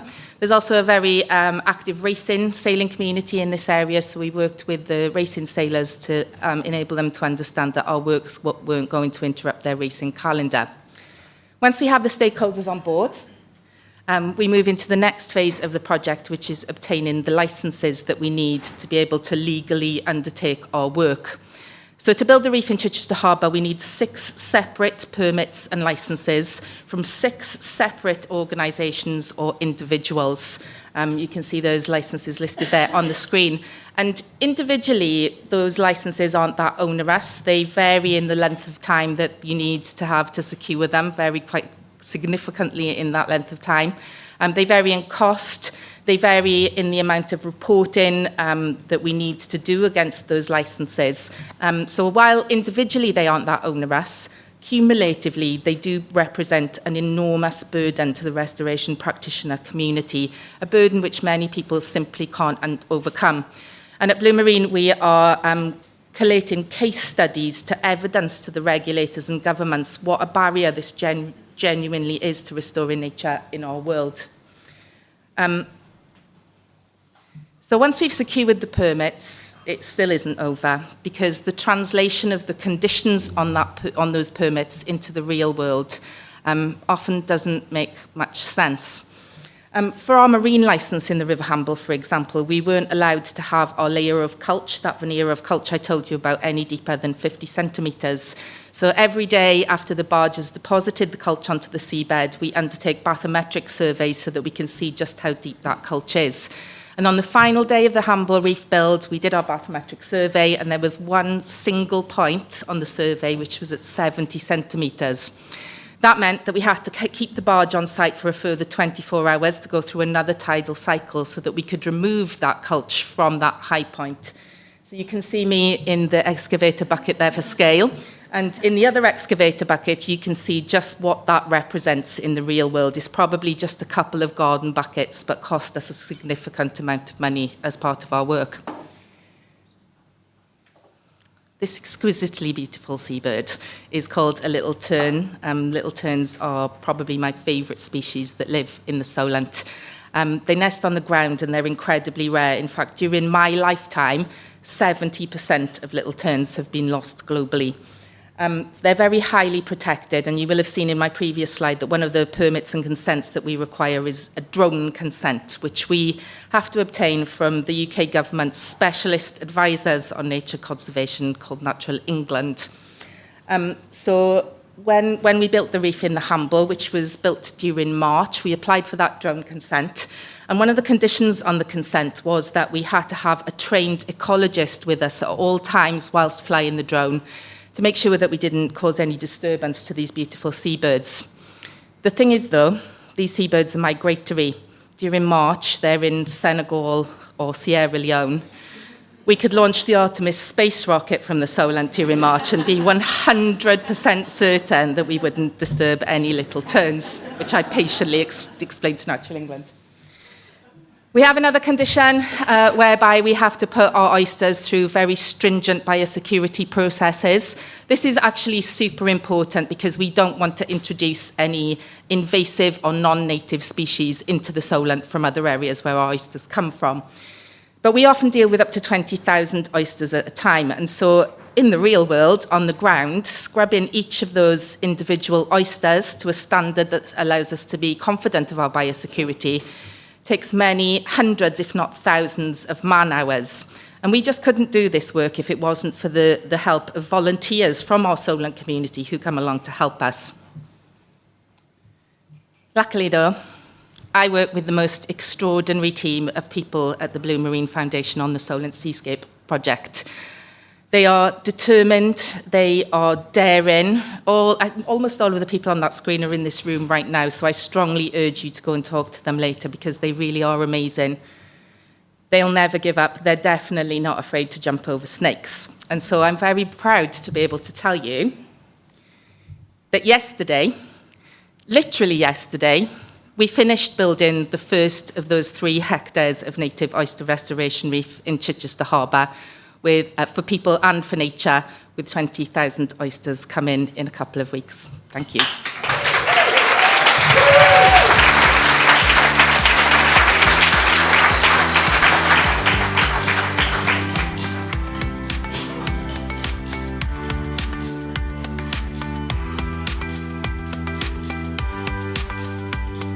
So finally, what if your snake is the political system itself? George, Johnny, Ash, Joe and Joe will tell us how they're dealing with the absolute nest of vipers that is political inertia and ignorance in the UK. Hello. Long ago, in 2024, this Labour government was elected, and it very quickly became clear to us how big a gap there is between what the UK sees need and what this government is willing and ready to do. I will spare some of the gory details because my colleagues are going to go through this in a second, because while some of this became evident from what they were doing publicly, we really learned this from our private meetings we were having with MPs and ministers. We realised that there was this huge cohort of new Labour MPs who needed to have their eyes open to the scale of the problem facing Britain's seas. They needed to be introduced to the 4 horsemen of the UK fisheries apocalypse. Now, our imagery here is quite medieval. It's kind of Albrecht Dürer woodcut inspired, but the concepts we're using to describe here are really, really very straightforward. Our first horseman is, of course, marine protection. We all know in this room the immense value and the need for protecting parts of our sea from fishing. We know that there must be areas which are completely free from that pressure. The UK has many marine protected areas, but we also know that lots of them are just lines on a map. Precious few of them are actually protected. The second horseman is overfishing. If you catch too many fish this year, next year there will be too few fish. This is a very simple relation, but one that governments are notoriously resistant to. And we just found out last week that here in 2026, more than half of all catch limits have been set above the level that scientists think is sustainable. We've been doing that for years, and our reward is crashing fixed stocks. You'll have noticed, for example, that mackerel is rapidly disappearing from your supermarket shelves. The third horseman has a slightly more complicated name. It's inequitable quota, but the concept is still very, very simple. It's not fair that just 25 vessels hold the right to catch all of the UK's mackerel, herring, and blue whiting. The combined value of them is about 350 to 400 million pounds. That's a third of everything we catch in the UK, while the other 5,000 vessels registered to fish in the UK have scraps. And our final horseman, the fourth horseman of the fisheries apocalypse, is harmful subsidies. Now, a child would be very unimpressed if you took their money and then gave it to someone else for them to come and ransack their toys. That's effectively what we're doing. We're taking money, public money, and giving it to fishers, generally in the form of a very, very generous tax discount on diesel. And as a result of that, we're paying for all of this. We're paying for the overfishing. We're paying for the fishing in protected areas. And we're paying for the inequity. Now, if we go to the next slide, please. Thank you. So we package all this up into a report, The Four Horsemen of the UK Fisheries Apocalypse, and we took it to Labour Conference to launch it last year. Our middle slide is this. This is a map of the UK, and the pink represents bottom trawling activity around the UK. The deeper pink is more intense. The lines we've drawn are the UK's marine protected areas. And as you can see, the trawling activity is just smashing straight through those protected areas. So why is this happening? What's going on here? Johnny, I'd like to come to you because you've been in meetings with the ministers responsible for this. You've been speaking to the ministers, and can you tell us, can you set the scene here? Can you go back and explain why we've ended up in this place where we have protected areas that simply aren't doing anything when it comes to bottom trawling? Thanks, George. I think one thing you learn, is it working? Yeah. One thing you learn pretty quickly is if you enjoy absurdity, this is an interesting topic. The whole thing is, the more you learn, the more ridiculous it gets. So two sort of examples of that demonstrate the political lack of will and the ignorance of people who make decisions over what they're making decisions about. A couple of meetings that Ash and I went to one, and Claire, who's there, Claire and I went to another. So not long after the election, Ash and I were invited to one of numerous government roundtables that they hold, and they are as exciting as they sound. And it was about MPAs, and it was going really well, and I thought, oh, this new Oceans Minister, she loves this stuff. Halfway through, she puts up her hand and says, sorry, I don't want to interrupt. Which in itself is a weird thing for a minister to say. Because someone say what an MPA is. And you think, okay, that's where we are. And I was really ashamed, because I'd given an excellent spiel like 5 minutes before about it, and I clearly thought she had no idea what I was talking about. So then I thought, a year and a half later, we're making progress, and Claire and I went to see the then Secretary of State, who, before the election, made all sorts of promises. And we showed him the video, a clip from the David Attenborough film, including this, the one this still comes from. And he was like, oh, this is terrible. We really shouldn't have this trawling. And this was in March 25, is it February 25? Which was 2 or 3 months after he had guaranteed it would be finished. The MPAs would be in place, and none of them were. So then he turns to us and he said, why haven't I done this yet? It's not often that someone says that to you, and you're like, yeah. That because Claire didn't say anything useful, I didn't say anything useful. Because what do you say to someone whose entire responsibility is this, and then they ask them why they didn't do it? What did we say? Claire might be able to say later on what we said, but that, I think, highlights where we are or have been. Okay, so that's not great. So that was a meeting with the Secretary of State for the Environment. So the only place to go beyond that then is number 10. So Ash and Claire, you went to number 10 and had that meeting. How did that go? Yeah, the only way is up. So to number 10 we went. Claire and I were so lucky. We were one of the first marine NGOs to get invited into number 10 to meet the PM's advisors. And the meeting was enlightening. We went in to teach them about ocean conservation and the problems that you have outlined in the Horsemen. And we really learned that they knew nothing. The PM's advisor asked me, but isn't it illegal to trawl within marine protected areas? So I was like, no, because of the policies that you have. And so quickly explained their own policies to them. And I think we came away with a real sense of, my goodness, we have a big job on our hands to educate this government who candidly they haven't been in power for 14 years, didn't know how to be government, and they didn't know their policies. So Blue Marine had a huge role to step in there. Right, and that's what led to the report, this need to educate this massive cohort of MPs, which we then took to Labour conference. We launched it there. So how did that go once we were in amongst them? Well, me and the Chancellor, best friends now, and you can see the horseman tucked under my arm.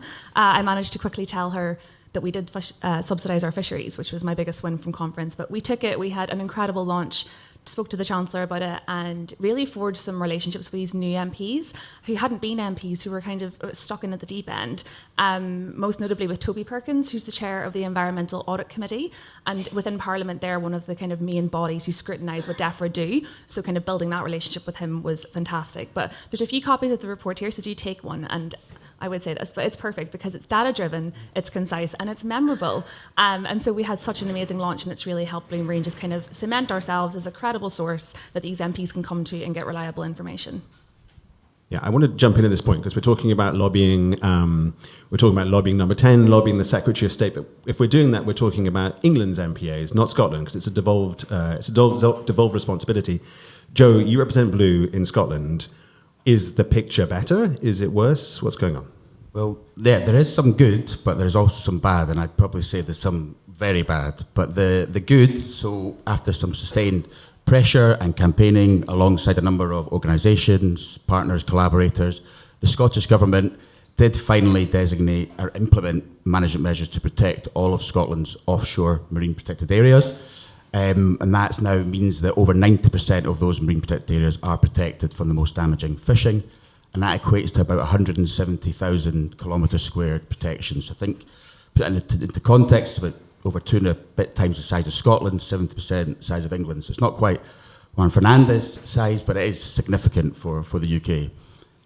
However, when it comes to inshore, so we're thinking coastal waters, from the coastline out to 12 nautical miles in Scotland, despite having marine protected areas for over 10 years, that's a different story. So this map shows, you see, the light pink areas are the marine protected areas, and those little darker areas inside is what is currently protected from bottom towed fishing. So it's almost or just under 10% of our protected areas are protected.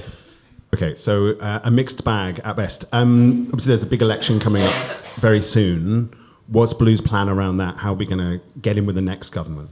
Yeah, it's a good question. And what the exciting part is that we have been promised a public consultation to protect our inshore marine protected areas. There's been delays, so that's been since 2020. We were promised that within 18 months. 2022, further delays. We were promised it in 2024. We were then promised it last year, and have now been promised it after the Scottish election. So one of our main goals post-election will be to engage early with the First Minister, the new Cabinet Secretary, to ensure they're aware of what is on the table, but also to work to engage the public, to apply pressure to ensure that it's published within the first 100 days so that the public can have a say in how their bits of coast are protected. And we'll also be looking to do a public high-impact campaign as well to try and support the public to engage in that in an easy way. Yeah, Joe, so we've been talking here about a lot of political manoeuvring, wrangling, but what has Blue Marine been doing to try and move the dial with the public on this issue? Yeah, it's so cool because this is all the, kind of deep working, kind of dark work that you don't really get to know about. And I'm here to represent, I guess, the jazz hands part of all of this, because who really in the general public knows what an MPA is? And even if you knew what a marine protected area was, do you know that it's actually still open in the vast majority to the most destructive form of fishing on the planet? So that contradiction, that protection, it's protection in name only, really lies at the very heart of the campaign that we ran. Last spring, we had the huge honour to host Ocean with David Attenborough at the Royal Festival Hall, and it was an extraordinary moment.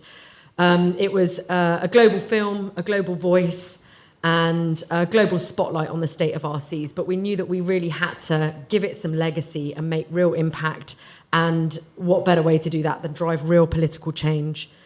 So as discussed, in advance of the film's release, we were actually allowed to take some of those super secret trawling clips straight to the heart of Westminster, which was thrilling, and it set the scene for what was then to happen, which was using the moment of the film's launch, when the ocean was briefly front page news. It doesn't happen very often, to create an extraordinary call to action. And it wasn't a polite campaign at all. It was pretty disruptive, and it went straight to the point.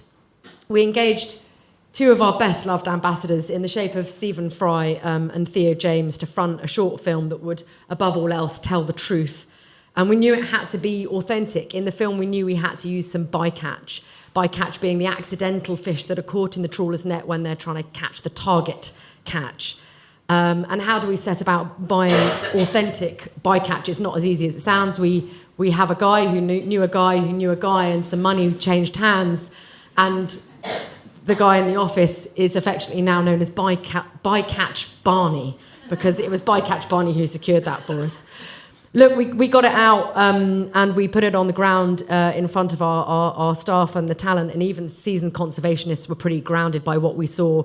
Just off that single trawler on a single day's trawl, we procured 68 kilograms of bycatch, and in that pile was 27 different species, including 6 different species of shark and ray.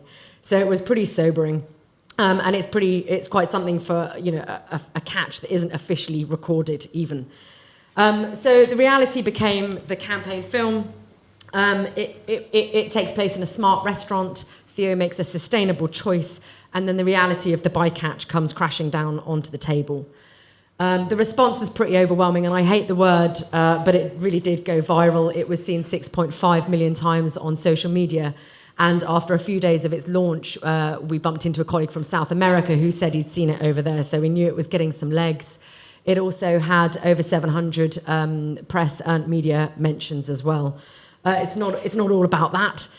Crucially, the campaign ran through the government consultation on closing 41 English MPAs to bottom trawling, and in a delicious irony, we appear to have become victims of our own success, because the consultation results still haven't come back, and the government's current excuse for that is that they just had too many damn responses. So, ladies and gentlemen, this is what happens when the public start to understand the state of the issue. It's what happens when protection really starts to mean protection, and I'm absolutely thrilled to bring you the bottom line. Pan-fried plaice, freshly caught today, sir. Served with parsley butter, samphire, and new potatoes. Excellent, thank you. The menu said the fish was caught sustainably, is that correct? Oh, absolutely, sir. Of course. Well, you'll appreciate that it's incredibly important to me. You're a wonderful example to us all, sir. Oh, thank you. Presumably, sir, would like the extras? The extras being what, exactly? Christ! What is that? Bottom trawling, sir. No, not what I spent some time doing in the 80s. I'm talking about how fish is caught in most British marine reserves.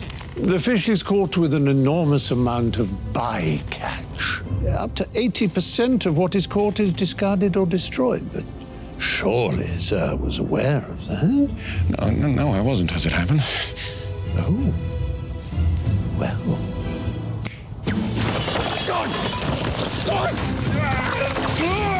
It's in my mouth! Stop, please! Bon appetit, sir. No!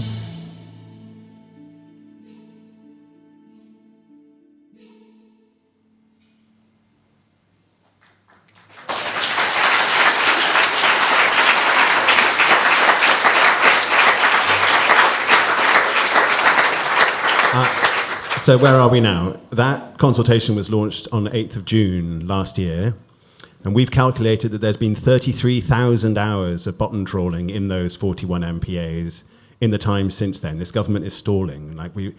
For all of our efforts of education, it's clearly not enough so far. So we're going to have to go again through this year. And if anyone comes across any MPs or ministers on their travels, please tell them about this. This stuff gets pushed down because it's not perceived to be of sufficient public interest, but I think we all know that's absolutely not the case. We've seen that through Ocean's launch last year. We've seen through this kind of campaign. We've seen through all the work that you've heard about today, how this is absolutely really near the top of the public consciousness. And I think we need to keep working on that with this government. We need to make that point about the need to move quickly rather than to delay and delay and delay. Thanks very much.